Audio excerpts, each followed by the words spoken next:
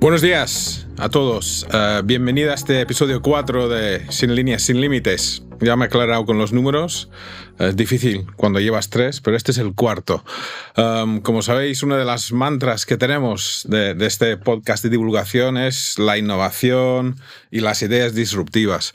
Estoy seguro que nuestro invitado de hoy va a ayudarnos a cumplir con esa mantra. Viniendo de Dinamarca, pasando por España y antes Argentina, tenemos con nosotros hoy un gran amigo y un gran experto en materia de GRC.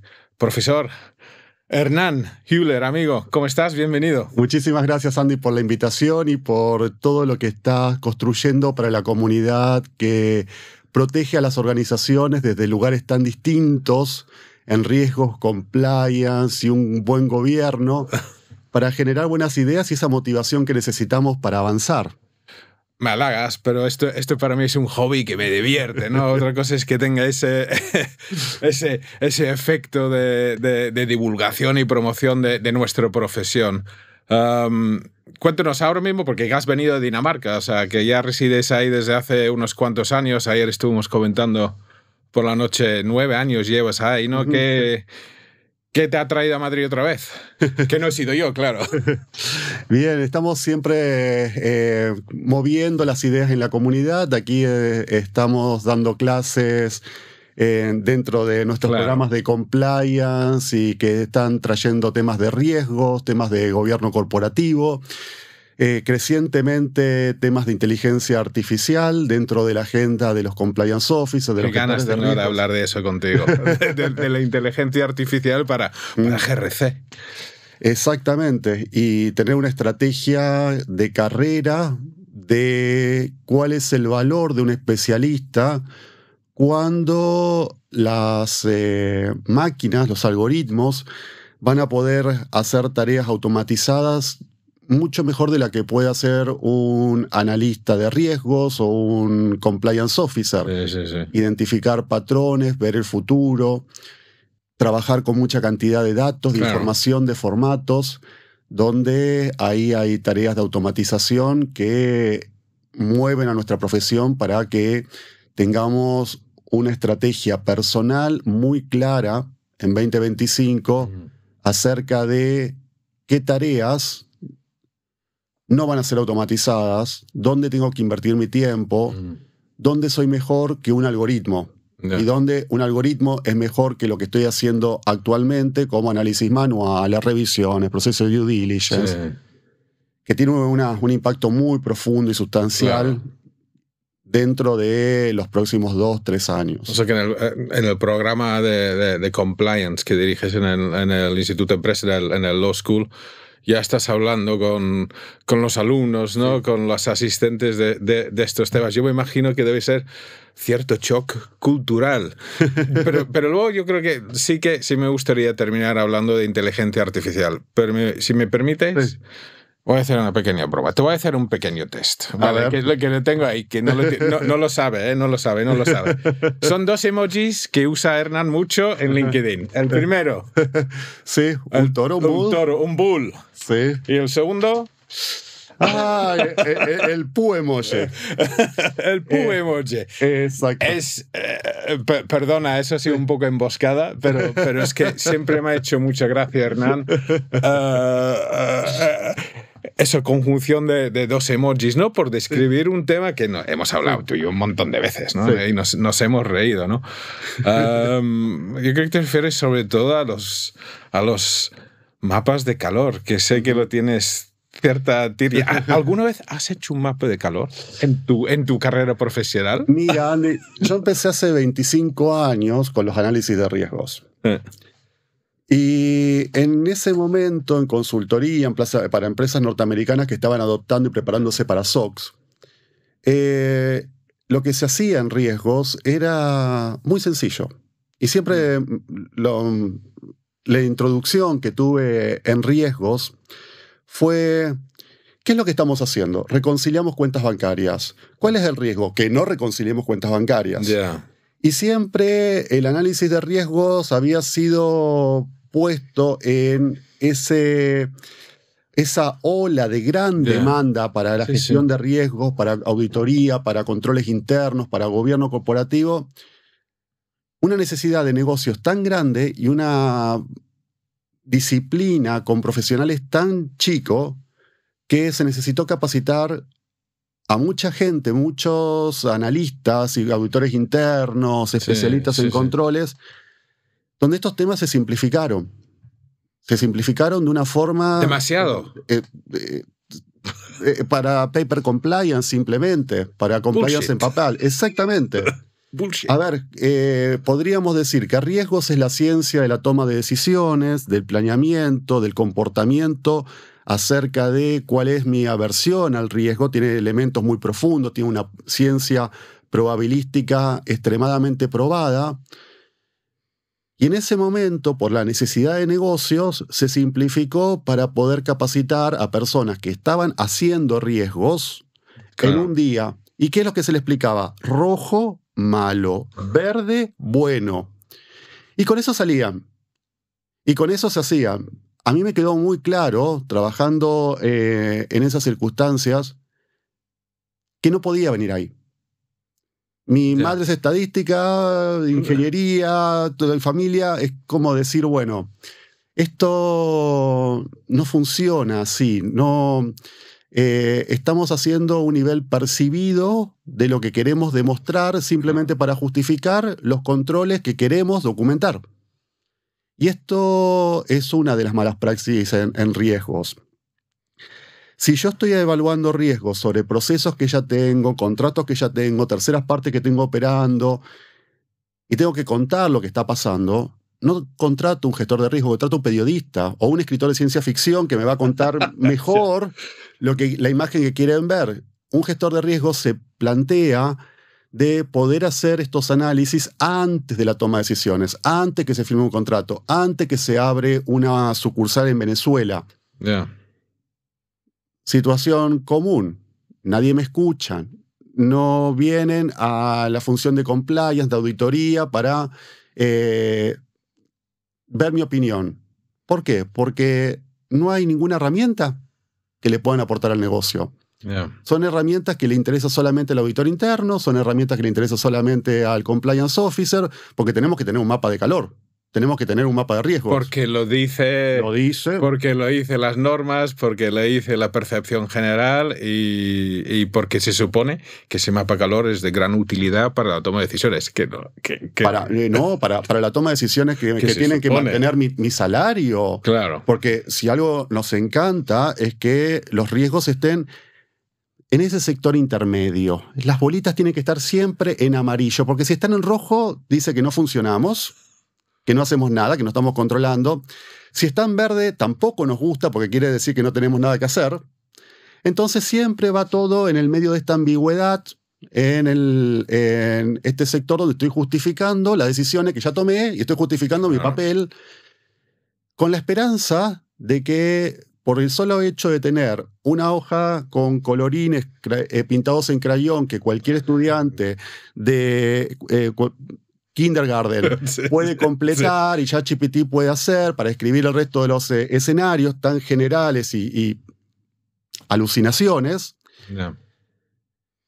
que va a ser una defensa corporativa efectiva frente a un fiscal que me pregunte por qué no controló, por qué no revisó, por qué seleccionó esta tercera parte, por qué no estuvo monitoreando este tipo de operaciones. Y ese es uno de los grandes problemas de este tipo de enfoques, es que yo no le puedo contestar a un fiscal que hubo 3 gerentes en una sala que se reunieron para decidir que ese era un riesgo verde y que porque era un riesgo verde, no controlé. ¿Con qué datos? ¿Con qué metodología? Y eso está cada vez más asentado desde el punto de vista de defensa corporativa, que necesita tener un buen fundamento para la toma de decisiones. Muchas de las regulaciones se nos están yendo cada vez más en este principio de responsabilidad proactiva. Ya no controlar es lo que es un delito corporativo. Entonces, esta falta de control de temas de privacidad, de inteligencia artificial también, de corrupción, lógicamente, de responsabilidad penal corporativa, nos hacen que tengamos que tener un impacto en la toma de decisiones. Y es ahí donde estos enfoques, más allá de la técnica, que está demostrada hace 20 años científicamente que es una mala praxis, o utilizar un mapa de calor es una mala praxis profesional. Ni siquiera puedo decir que estoy evaluando riesgos, porque no toma... Me encanta que seas tan vehemente. No, tal cual, hay que entenderlo, hay que hablarlo en blanco y negro. Esto no es... Hay evidencia científica que demuestra las falencias de los mapas de calor, las matrices cualitativas, los sistemas de scoring, que no pueden ser remediadas. Esta evidencia científica tiene mucho tiempo y es muy sólida, y que hace no solamente que este enfoque sea una pérdida de tiempo, para el negocio claramente es una pérdida de tiempo, sino que induce a la mala toma de decisiones. O sea, no solo que es inútil, que crees que nos lleva por el camino equivocado. En un buen día es inútil. En un mal día induce a la mala toma de decisiones. Pero está tan imbuido en... O sea, no, da igual, Hernán, en qué pata o qué disciplina de GRC, que para mí es una disciplina única y tú sabes mi opinión es sobre ese tema, ¿no? Y creo que coincidimos, pero en cualquiera de las disciplinas que en el fondo actúan muchas veces como silos, ¿no? O sea, compliance, riesgos, ciber, auditoría interna.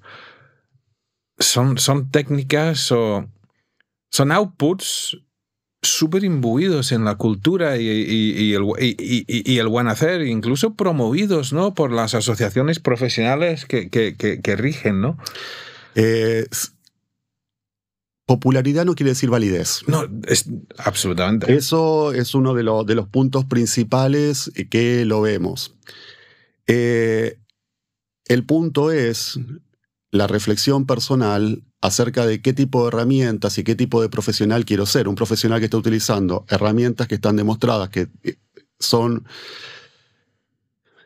una mala praxis, que no están aceptadas desde el punto de vista metodológico, o quiero estudiar correlaciones, quiero ser un gestor de riesgo que pueda entender qué es una convolución, puedo entender qué es una simulación de Monte Carlo, porque es mucho más fácil entender rojo, malo, verde, bueno. Cualquier persona que cruza un semáforo lo entiende. Ahora, esto no da oportunidades laborales, por más de que sea algo usual. De hecho, lo más usual en la evaluación de riesgos es ir y hacer un horóscopo. ¿Cuánta gente es muy popular? ¿Cuánta gente ve sus riesgos haciendo el horóscopo? Y porque sea popular y porque pueda poner los canales de televisión después de medianoche viendo a Juana la Pitonisa que me está diciendo lo que va a pasar, ¿eso es fácil? Sí, es fácil. ¿Se lo entiende todo el mundo? Absolutamente lo entiende todo el mundo. ¿Es algo que cualquier director ejecutivo lo va a entender? Absolutamente. Si buscamos esa forma de que sea fácil, un horóscopo, leer las palmas de la mano, es aún más fácil. No estamos buscando qué es lo que es fácil o difícil, popular o no popular. Estamos buscando lo que es correcto y lo que defiende a la organización y lo que me da a mí las oportunidades de mantener un trabajo. Porque para hacer estos análisis generales ya está ChatGPT, que tiene mejores alucinaciones y que puede escribir mejor la cantidad de escrito de ciencia ficción que lo que en muchos de estos estudios y análisis, evaluaciones, talleres, entrevistas se escriben.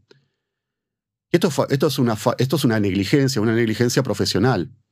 Es decir, que yo piense de que estoy evaluando riesgos y que venda ese proceso que se evalúa en riesgos cuando ni siquiera puedo tomar una metodología que efectivamente cumpla con la definición de riesgos, cuando desde el punto de vista matemático tengo falencias que no puedo resolver, y son muchas, no es una sola, son muchas falencias, y no hay ningún estudio que valide de que este tipo de enfoque funciona, y que va mucho más profundo, porque así como podemos hablar de los mapas de calor, hay muchas malas praxis en los cuales es compliance trabajando para compliance, riesgo trabajando para riesgo, auditoría interna trabajando para auditoría interna. Los silos de siempre. Los silos y el hecho de robarle tiempo al negocio para hacer algo que es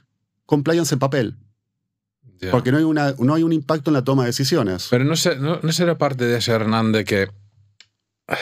Yo he tenido casos, ¿no? Casos reales. Me imagino que tú también, que lo habrás visto, ¿no? Y preguntas y hablas con gestores de riesgos o directores de auditoría interna que a veces tienen esa doble función, que no me parece especialmente mal, ¿no? No. ¿De qué sirve realmente mapa riesgos? Dice, es que al consejo le gusta tener su mapita y muchas veces con la coletilla mapita de riesgos que per se, ¿no? Entonces, no sé si es un tema a nivel de gobernanza de las organizaciones o administración de las organizaciones donde nace el problema y que lo ven como una obligación más que una herramienta útil. Claro, como dices tú, dices que es inútil, ¿cómo lo van a ver útil?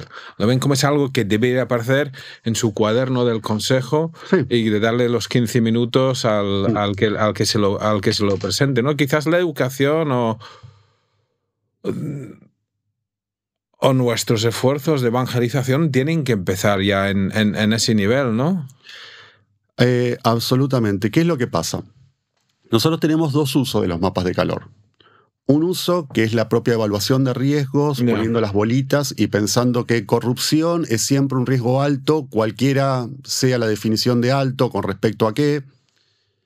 Y raro, porque nunca vamos a decir que es algo frecuente. Entonces, obviamente que en algún escenario, algún tipo de maniobra de corrupción va a caer dentro de estas grandes categorías vinculadas a un objetivo. Es extremadamente ambiguo. Por esa ambigüedad, se utilizan los mapas de calor para comunicar riesgos externamente a una población no educada, a una población que yo no quiero educar. Si yo trabajo en ExxonMobil y estoy analizando los riesgos para hacer contratos sobre transferencia de petróleo por oleoductos, yo conozco hasta los céntimos, cuántos son los pasivos contingentes, el tipo de inversión que tengo. Ahora, cuando tengo que reportarlos externamente o desde el punto de vista de aseguradoras, regulaciones, reportes no financieros, si esta información me va a caer en Unocal o me va a estar entrando por BP, yo no puedo mostrar ese análisis. Entonces, por la misma confusión y simplificación, los mapas de calor, desde el punto de vista de reporte, tienen su papel. Es tan confuso que yo reporto y cumplo sin decir nada.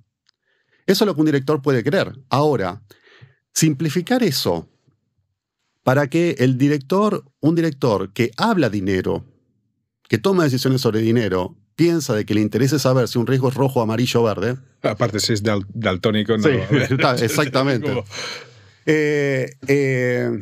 Es verdaderamente desconocer el tipo de discusiones que existen en la toma de decisión.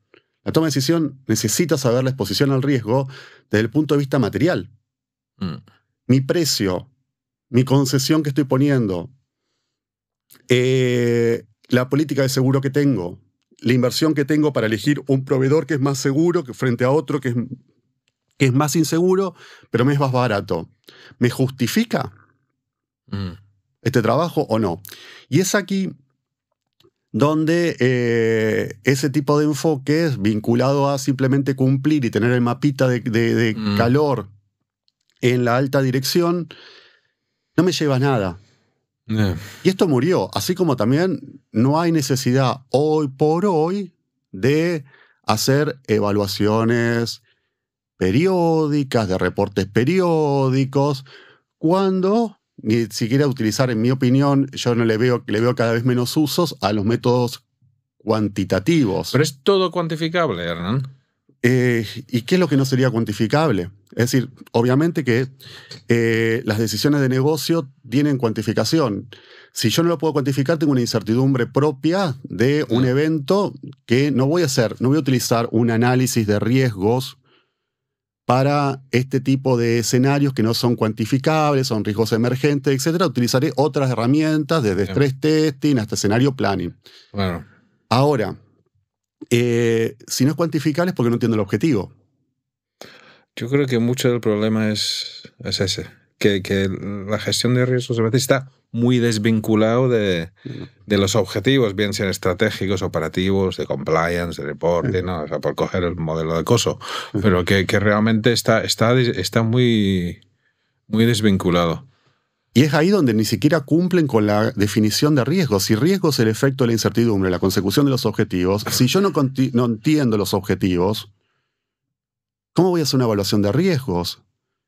El hecho de poner controles y una evaluación de riesgos basado en controles, los controls self-assessment, los risk assessment, las autoevaluaciones, la cantidad de gente que se ha ganado la vida en compliance, en auditoría, en riesgos, haciendo el trabajo que hace un cartero, llevando información de aquí, poniéndola acá, que hace el control self-assessment, que pone el due diligence, que ve acá y llevan papeles de un lado al otro, cuando ese rol ya está tomado por Correo de España. Para hacer ese tipo de funciones, exactamente, yo ya tengo otra gente, así como tengo periodistas para contar lo que está pasando, no necesito un gestor de riesgo. Un gestor de riesgo ve hacia futuro, entiende cuáles son esos objetivos y mide el efecto de la incertidumbre, en qué momento no tenemos información, qué es lo que me muestra el pasado, qué es lo que puedo proyectar, qué es lo que puedo calibrar. Ahora, para eso necesito otras habilidades. Yo tengo que hablar y de entender qué es una calibración de expertos, tengo que entender, hoy por hoy, que también este tipo de enfoques está obsoleto, porque ya, por Machine Learning, principalmente por dos técnicas que yo utilizo mucho y funcionan muy bien en la gestión de riesgos, que es Random Forest y redes neuronales, nos permiten entender en cada toma de decisión, en cada tipo de transacción, cuáles son los riesgos en función de distintos escenarios. Para los que no lo saben, sí. Dame una explicación súper rápida, como si fuese para la abuela, de un red neuronal y un random forest. Porque creo que va a ayudar a la gente a comprenderlo, ¿no? Random forest es como pensar que tenemos en una decisión 50 analistas de riesgos. A cada uno le doy en forma aleatoria cierta información de una operación. Por ejemplo, estamos viendo la probabilidad de que un cliente potencial no me pague. Entonces, a cada uno le doy distintos elementos de ese cliente. A uno le digo dónde vive, la historia financiera, a otro le digo la capacidad crediticia y temas de compras personales, al otro le doy relaciones que tiene ese proveedor, ese potencial cliente con otros clientes, y así pongo árboles de decisión que cada uno está viendo con distintas partes de esa transacción a que estimen si ese cliente va a pagar o no va a pagar. Y luego se vota. Luego hacemos una votación virtual con estos 50 gestores de riesgos y me dicen 49 de que no va a pagar, uno me dice que no va a pagar. Y de ahí calculo la probabilidad. Entonces cada uno va con su información que ha obtenido en esa transacción en forma aleatoria, estimar si ese riesgo se va a dar o no. Claro. Y esto funciona muy bien cuando tenemos información parcial, cuando tenemos información que nos está faltando, porque claro, yo puedo tener que le he dado a 1, 2, 3, 4 gestores de riesgos información errónea o faltante y van a votar mal, pero la mayoría va a votar bien. Claro. Entonces, en gestión de riesgos, donde muchas veces tenemos información que nos faltan, yo el hecho de que pueda tener muchos gestores de riesgo decidiendo, por eso estos árboles de decisión se transforman en un bosque, por eso es random forest, vale. Se transforman en un bosque. Si tengo un arbolito que no funciona, el bosque funciona en general. Por eso estas técnicas son buenas, son bastante rápidas y obviamente que cada uno de estos arbolitos tiene todo el historial para haber aprendido acerca de qué clientes pagaban o no, qué probabilidades existían y votan. No puede tener cierto, me refiero, sí. Estoy pensando, esos 50, ¿no? Analistas de riesgos. Sí. No puede ser que haya 6 que son los que realmente saben y su opinión queda diluida en el forest, ¿no? Sí, se les puede dar mayor prevalencia a algunas opiniones en función de la probabilidad pasada. Son todos los hiperparámetros de un modelo. Hay que decir cuántas ramitas va a tener cada árbol, hay que decir cuánta cantidad de árboles voy a tener. Y lo que hacemos desde el punto de vista de entrenamiento de estos modelos es decidir en qué momento yo voy a estar dando una decisión rápida y barata con respecto a qué tan seguro es. Y a lo mejor a mí me conviene tener solamente 10 arbolitos de 4 ramas cada uno. Entonces vamos jugando con los hiperparámetros para decidir en esta técnica cómo se va a ver el futuro. Y sabemos en un momento de que sí, esta forma de entrenar un modelo de inteligencia artificial es más rápida, es más barata, pero tiene más margen de error. Igual lo vale. No me conviene en un momento seguir mejorando y poner 50 ramitas y 50.000 gestores de riesgos virtuales. Yeah. Redes neuronales es más complejo. Lo que está buscando el modelo es replicar el pensamiento, la forma que tenemos de pensar con neuronas. Uh-huh. Entonces, en función de los factores de esta operación, se van construyendo lazos más o menos firmes dentro de distintas capas. En una capa inicial, donde esa operación se empieza a dividir en los factores de riesgos, hasta una etapa de decisión donde me va a decir, va a tener ciertos probabilidad de que no pague ese cliente. O sea, se puede aplicar cualquiera de los dos modelos ese mismo riesgo que dices de impago de cliente. Se puede ver modelos de correlaciones, se pueden ver modelos de hiperparámetros, hay mucha cantidad de hiperplanos, hay mucha cantidad de formas de trabajar. Las más sencillas, como las máquinas virtuales o las correlaciones múltiples, son rápidas y fáciles de aplicar, pero no son tan eficientes para decidir seguramente si un cliente va a pagar o no, o si va a haber un incidente o no, o lo que fuese. Las técnicas más avanzadas, por ejemplo, redes neuronales, que va aprendiendo el modelo y va mejorando el modelo en sí mismo, y yo tengo entre la capa de inicial y la capa final, tengo capas ocultas de información. Lo construye directamente el modelo. Explicar ese tipo de técnicas es más difícil. Es mucho más seguro desde el punto de vista probabilístico que va a tomar una buena decisión, pero para explicarlo, por ejemplo, a un regulador, a un auditor, es más difícil. Se puede hacer, siempre se puede hacer. Y cada vez estamos con herramientas más certeras para poder hacerlo fácilmente. Claro.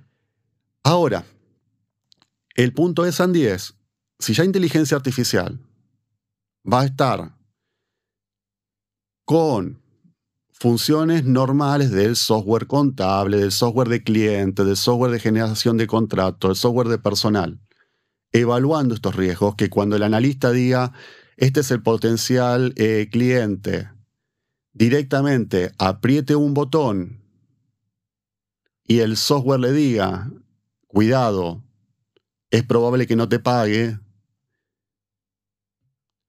¿para qué voy a necesitar un gestor de riesgo?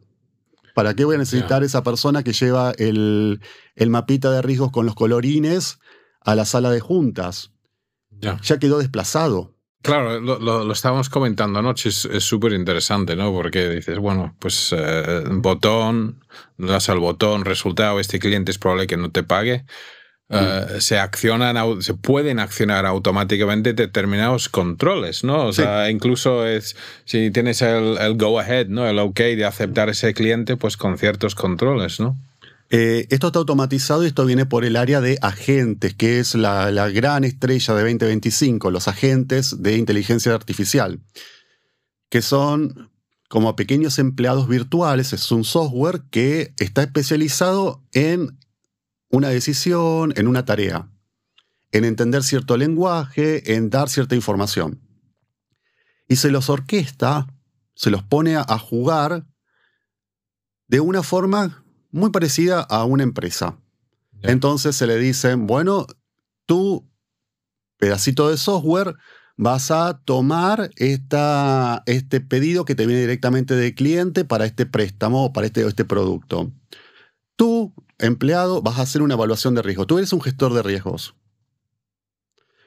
Tú vas a tomar una decisión en función de ese riesgo. ¿Qué es lo que haces? Apruebas, deniegas, escalas, cambias una cláusula del contrato. Entonces, si cambian una cláusula del contrato porque le va a pedir, por ejemplo, un mayor avance, le va a pedir, le va a dar un límite. Empiezas a tomar los controles y decidirlo. Claro. Es decir, le voy a bajar el límite de compra. Claro. Entonces, le baja el límite de que este potencial cliente puede comprar y le cambia el contrato. Entonces llama a otro agente virtual que está especializado en ser un abogado en contratos de venta. Entonces reformula automáticamente el contrato y lo saca. Y esta información que viene directamente del cliente, yo ya no necesito tener a nadie humano en ese proceso. Lo que necesito tener es un nuevo papel de un profesional de Governance, Risk and Compliance que pueda explicar cómo estos modelos están funcionando, que pueda asegurarse de que no derrapen, porque estos modelos se van en la historia de foco. ¿Qué es lo que pasa? En función del pasado, ellos han aprendido a ver el futuro. Sí. Ahora, cuando cambia información, pueden tomar información incorrecta. Entonces, si no son actualizados, si no son revisados, que sigan siendo relevantes en esa toma de decisión, me van a empezar a dar información errónea. Claro. Si bien estuvo muy bien en el momento que yo lo apliqué, luego ha empezado a derrapar, drifting. El rubbish in, rubbish out. Exactamente. Yo le di mala información, le empecé a cargar mal, lo empecé a mal a utilizar, le empecé a enseñar mal entre lo que estaba dando de retroalimentación y el modelo empieza a funcionar mal. Hay muchas métricas para seguirlo y para prevenir el drifting de los modelos, el hecho de que se vayan degenerando. Y son habilidades totalmente distintas de las que habitualmente alguien que por más que esté haciendo compliance y riesgos y controles en sistemas o que esté trabajando en ciberseguridad, cuando se entra en el área de inteligencia artificial, los escenarios son totalmente distintos. O sea, me refiero, me suena casi como auditoría de modelo, ¿no? En el fondo, sí, ¿no? Sí. Es un área que evidentemente, no sé si es así, pero se me ocurre de que quizás el área de auditoría interna, si tuviese que buscar un camino futuro de especialización, podría ser una de las áreas. De hecho, uno de los principales trabajos que está surgiendo ahora es hacer auditorías de sesgo. Claro. En las decisiones pasadas hubo un humano, y ese humano ha tomado decisiones inconscientemente vinculadas a sesgos. Lo que va a hacer la inteligencia artificial es detectarla, aflorarlas. Detectar el sesgo. Detecta que hubo un sesgo, detecta que en realidad la mayoría de los clientes que estaban aplicando a este préstamo en esta ciudad se los denegó. Simplemente por la ciudad. Ya. Hubo un sesgo frente a un lugar en particular. La inteligencia artificial lo detecta muy fácilmente y lo magnifica. Lo que uno tiene que hacer es una auditoría para asegurarse de que estos factores, ciudad, temas personales, estilo de vida, temas de orígenes, temas que estas personas ni siquiera pueden cambiar, no sean parte de la de toma de decisión. Claro. Uno no da información de entrenamiento sobre temas que no sean éticos. Hay ciertas categorías que nosotros no tomamos. Pero la inteligencia artificial es tan profunda que puede inducir. Por ejemplo, yo no le voy a dar a este modelo de denegar o autorizar un préstamo información de orígenes o nacionalidades. No la pongo en el entrenamiento. Sin embargo, por el tipo de compra, por el tipo de perfil, por el tipo de operación, hasta puede ser por el nombre, lo induce. Y inteligencia artificial puede armar como un mosaico, a partir de piezas, esa información. Por más de que yo la he tenido dentro de mis categorías prohibidas de información para entrenar los modelos, le ha inducido el modelo. Por eso, un trabajo muy importante desde el punto de vista de control interno, de compliance y desde auditoría interna, son estas auditorías de sesgo. Dentro de el gran paraguas de responsabilidad de la inteligencia artificial, de este buen gobierno de la inteligencia artificial o de la inteligencia artificial que se pueda confiar. Vuelve a que es necesario tener buenos conocimientos, entiendo también, de comportamiento humano, ¿no? Sí. Porque al fin y al cabo la inteligencia artificial no tiene su propia ética. No. Bueno, todavía no. Sí. No sé si llegará algún día, ¿no? Pero la capacidad de verificar que realmente esa inteligencia, esa programación está funcionando de acuerdo a lo que se percibe como nuestra ética o nuestra ética empresarial, ¿no? ¿Qué es lo que queremos hacer? Yo puedo inferir y puedo obtener datos y puedo estar siendo incluso mucho más seguro en los negocios. Yo voy a ganar dinero, por ejemplo, mal utilizando datos. Claro. Ahora, el punto es, porque pueda no quiere decir que quiera. Ya. Y eso es una decisión ética. Inteligencia artificial me da mucho más poder y la decisión de querer o no mal utilizar los datos se vuelve cada vez más crítica.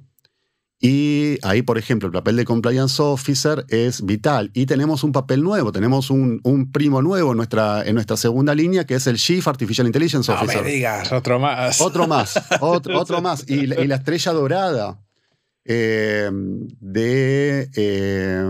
dentro del mercado laboral. Pero se está ya viendo esta figura en las organizaciones. Sí, principalmente en Estados Unidos y las empresas tecnológicas, sí. Y con un nivel jerárquico, entiendo, importante solo por el nombre, ¿no? Nos está pasando como el Compliance Officer en 2010 en España. Empezamos ahora a ver todos estos tira y aflojes de qué tipo de responsabilidades hay, pero sí es una figura que tiene su propio cuerpo, su propio conocimiento y que tiene habilidades de muchos campos. Y uno tiene que entender que hay debajo del motor. ¿Qué skills, qué habilidades necesita ese puesto? O sea, ¿cuál es el perfil típico? ¿De dónde viene? ¿Y de qué carece? Tiene diversidad de perfiles como un compliance officer. Lo que necesita entender es la tecnología. Evidentemente. Para el tipo de usos de la inteligencia artificial que se toman. La mayoría de las empresas hoy por hoy están comprando software de inteligencia artificial, no lo están produciendo. Esto está cambiando y cada vez va a haber más empresas que validen, generen sus propios modelos. Desarrollo, ¿no? Lo van a desarrollar internamente. Hay empresas de software, empresas gubernamentales que necesitan tenerlo, esta función, y tiene habilidades técnicas de entender machine learning, de entender las técnicas que son relevantes para su industria. Por ejemplo, en software para cámaras, lo que es computer vision, es vital. Entonces necesitan entender esa parte técnica. Luego necesitan entender negocio, necesitan tener habilidades de gestor de proyectos, habilidades de auditoría, de control interno. Claro. Control interno de inteligencia artificial. La ISO 42001. Controles totalmente distintos. Necesita habilidades de gestión de riesgos, absolutamente. Uno tiene que evaluar vulnerabilidades, riesgos, impactos, controles y compliance de todo el software que está desarrollando o comprando. Que es predictivo, que tiene analytics, que me está generando un contenido nuevo, que está articulando agentes. Perfecto. Ahora, el tipo de amenazas, el tipo de vulnerabilidades, el tipo de escenarios es muy diferente aún de los riesgos de ciberseguridad. Entonces necesita tener habilidades de gestión de riesgo, necesita entender modelado, necesita habilidades también probabilísticas muy fuertes, una habilidad matemática para poder explicar y entender los modelos, entender las métricas de los modelos, porque hay que transformar estos análisis de riesgos en métricas. Yo creo que lo comenté, es importante lo que comentas, porque yo creo que es algo que comenté con José Enrique, incluso lo podía haber comentado con Esperanza en la última, ¿no? O sea, veo tan importante para la educación futura, o sea, veo dos asignaturas críticas, y a lo mejor me repito, que son las matemáticas y la filosofía. Sí. O sea, sinceramente. Sí. Porque mucho de lo demás ya nos lo va a dar. Pero esas dos habilidades van a ser siempre críticas, y es un poco lo que estás comentando. Esa figura de Chief Artificial Intelligence Officer, ¿lo ves más como promotor de uso de eficiencia o de gobierno de? ¿O ambas cosas? Las dos cosas. Una de las tareas propias es poder identificar procesos en una organización que son fáciles de automatizar, que son costosos, que tienen muchas tareas manuales. Claro. Entonces, hay herramientas específicas para identificar estos casos, para trabajar con las áreas y empezar a automatizar. Necesita entender el negocio, dónde están los puntos del dolor del negocio, dónde se están gastando muchos recursos, hay muchos errores, qué es lo que es caro hacer en un negocio, y luego ver que haya una solución tecnológica adecuada. Entonces necesitan saber desde el punto de vista técnico o de mercado, es decir, para este problema que tenemos, esta es la solución. Yo estoy gastando mucho dinero en atender manualmente a reclamos de clientes, podría poner un software que automáticamente atiende al cliente en el idioma que quiera, en las 24 horas del día, que siempre va a estar sonriente y va a contestar perfectamente lo que quiere contestar, y con eso, yo me ahorro tener 500, 600 personas en un centro de llamado. Eso me parece distópico. O sea, está pasando. Ya, lo sé, pero la mala experiencia, personalmente, no llegué a ese nivel de sofisticación. Yo creo que hemos tenido todos con los chatbots y los enrutamientos automáticos telefónicos.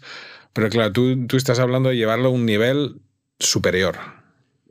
Directamente trabajado por agentes. Obviamente que después van a quedar algunos niveles, por ejemplo, escalamiento donde la inteligencia artificial no puede tomar una decisión y se lo pasa a un humano. Una cosa que está ocurriendo mucho es la generación de ventas. Es decir, yo pongo a estos agentes a generar una venta, veo qué es la que necesita el cliente, pongo una reunión con inteligencia artificial con mis agentes de venta, y luego la venta la hace un humano.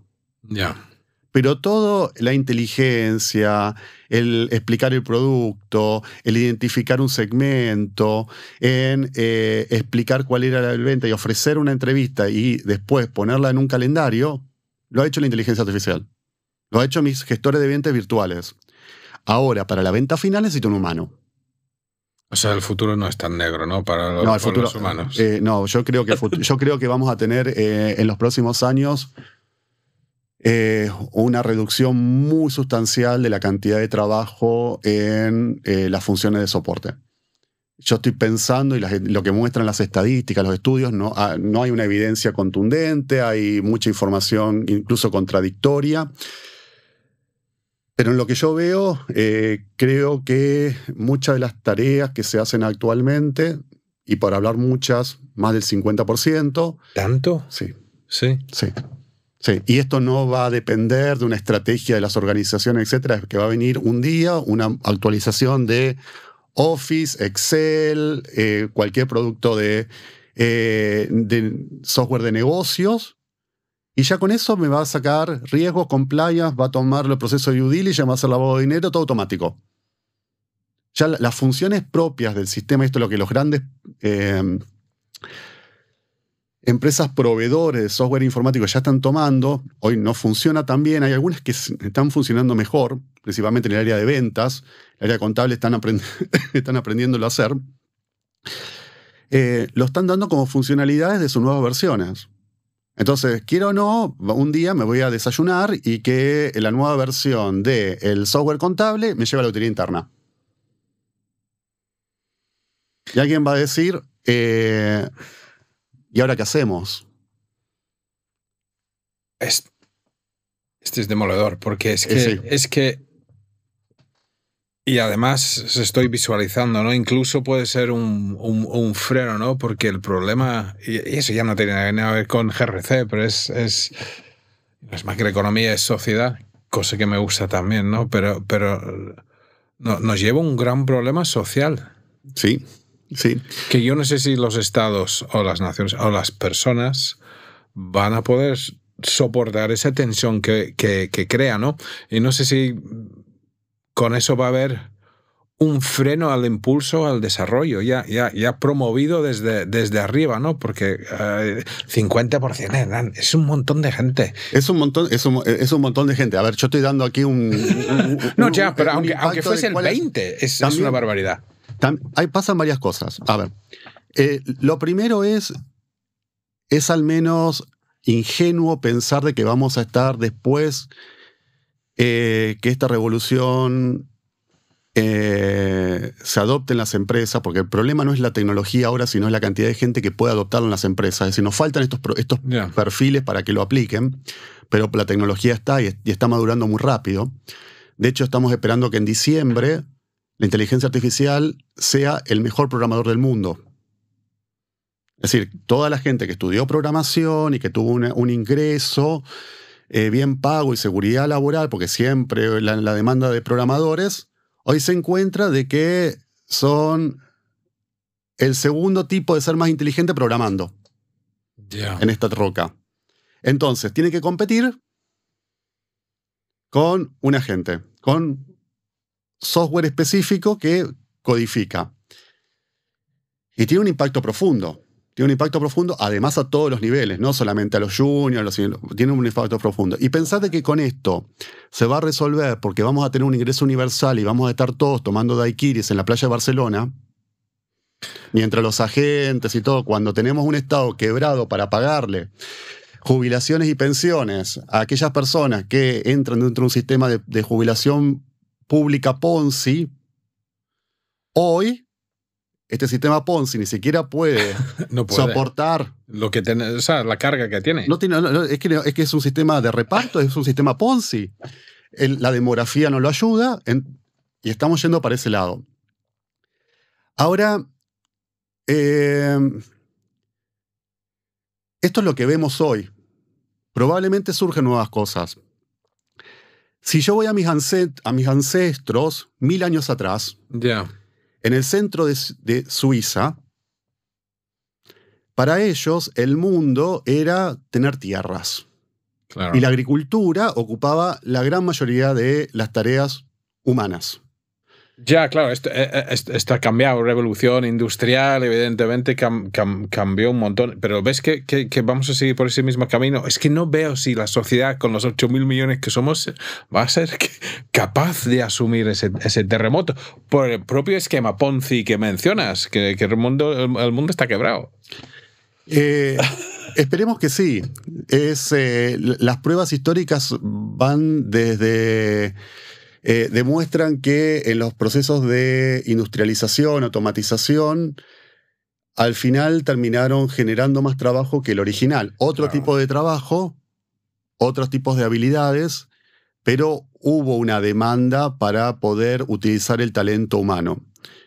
Lo que hace distinta esta revolución es que por primera vez estamos reemplazando nuestra forma de pensar, nuestra propia inteligencia. Y eso nos da mucha más incertidumbre. Ya no es que estamos trabajando, automatizando un proceso manual, físico, sino que estamos automatizando nuestra forma de pensar, que tiene muchas salidas. No, es bastante poco certero intentar predecir qué es lo que va a pasar. Claro. Yo, de hecho, creo que cualquier evaluación de riesgo más allá de 3-5 años es una mera loculación. Sí. ¿Qué es lo que esperan en ese tipo de escenarios? Es difícil de poder imaginarnos hoy qué es lo que va a estar pasando. Yo lo hemos comentado antes, ¿no? O sea, mi actual audiolibro es Atlas Shrugged de Ayn Rand, ¿no? Me dijiste que tú lo habías leído de niño, cosa que me alucina, porque 3 tomos son para mí 62 horas de audiolibro. Esperemos que los poderes no frenen y no paren la máquina, ¿no? Y que sí que tengamos esa evolución hacia el futuro que bueno, cambiará, y no sin dolor, ¿no? Pero cambiará.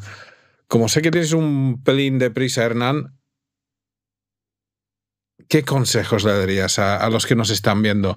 A los compliance officers, a los auditores internos, los gestores de riesgos, a los de los consejos de administración encargados de la gobernanza. Un par de tips de donde deberían enfocarse para sacar el máximo de esta revolución. Nunca antes hemos tenido acceso a tanta cantidad de información para educarnos. Yeah.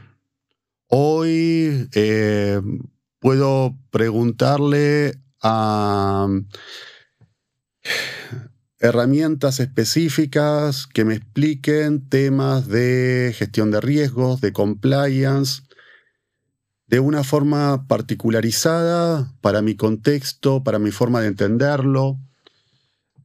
Yo no puedo decir que evalúo riesgos cuando ni siquiera puedo explicar qué es una correlación, qué es una convolución, qué es una simulación de Monte Carlo, cuando puedo ir a cualquier producto y pedirle que me lo explique y en una hora lo debiera entender.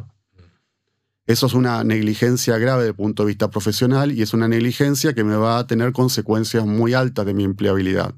Hoy puede hacer que tenga trabajo por compliance en papel, pero este tipo de gastos cada vez es más difícil que las empresas justifiquen. Yeah. Entonces tengo que tener una consistencia de entender mis herramientas y aplicarlas. Yo necesito, en los negocios es mucho mejor ser el primero que ser el mejor. Me gusta eso. Necesito empezar a ver y a especificar y a especializarme en qué herramienta de inteligencia artificial me voy a poder apoyar pensando en mi empleabilidad futura. ¿Qué es lo que voy a estar automatizando? ¿Qué es lo que voy a estar mejorando? Es analytics, son modelos predictivos de riesgos, son agentes, son robotics con inteligencia artificial, son programas que permiten entender y recolectar información múltiple para tomar una toma de decisión. Yo debiera tener este año una estrategia personal para saber de lo que yo hago y soy fuerte, qué es lo que complementa la inteligencia artificial. Es decir, qué es lo que no me puede tomar. Un ejercicio muy fácil de plantear es pensar qué pasaría si lo que hice ayer, de mi trabajo que hice ayer, sentado frente a un ordenador, no existe más. Yeah. Todo el tiempo que yo he pasado ayer trabajando en un ordenador no existe. Eso ha sido automatizado. ¿Qué es lo que no hice frente a estar hablando con la gente, entendiendo necesidades de clientes, gestionando cambios, explicando cómo se toman decisiones, pensando a futuro qué es lo que quería hacer, utilizando mi creatividad? Eso no es un trabajo que se pueda hacer automatizado. Yeah. Entonces, una forma muy fácil de poder armar una estrategia es armar ese ejercicio. Yeah. ¿Qué pasa si mis tareas frente al ordenador no existen más en 2, 3, 4 años? Yeah. Wow. Mm. Pues yo me voy a tomar un daiquiri. Creo que entonces, creo que ayer me tiré bastante tiempo delante de un ordenador. O sea que... Ojalá la agencia tributaria española le pueda pagarte el daiquiri. Sí, no creo. Hernán, 1.000.000 de gracias. ¿Volverás? Volveremos a tener una charla, no sé, en 6 meses y vemos cómo va el tema, porque que me lo he pasado bien y he aprendido un montón y estoy seguro que los que nos están viendo también. ¿Dónde te puede seguir la gente? Aparte de LinkedIn, que tienes publicaciones prolíficas, o sea, prolífico total, o sea, que no sé, ¿cuántas cosas has publicado este año? ¿80? ¿100 posts, además de contenido propio? No lo sé, un montón. Probablemente más. Entonces, seguir a Hernán en LinkedIn porque vais a aprender un montón. ¿Y a un otro sitio? A mí lo que más me interesa es tener un contacto más personal. Vale. Es decir, me podéis escribir o contactar por Twitter, LinkedIn, incluso por las universidades también. Ok.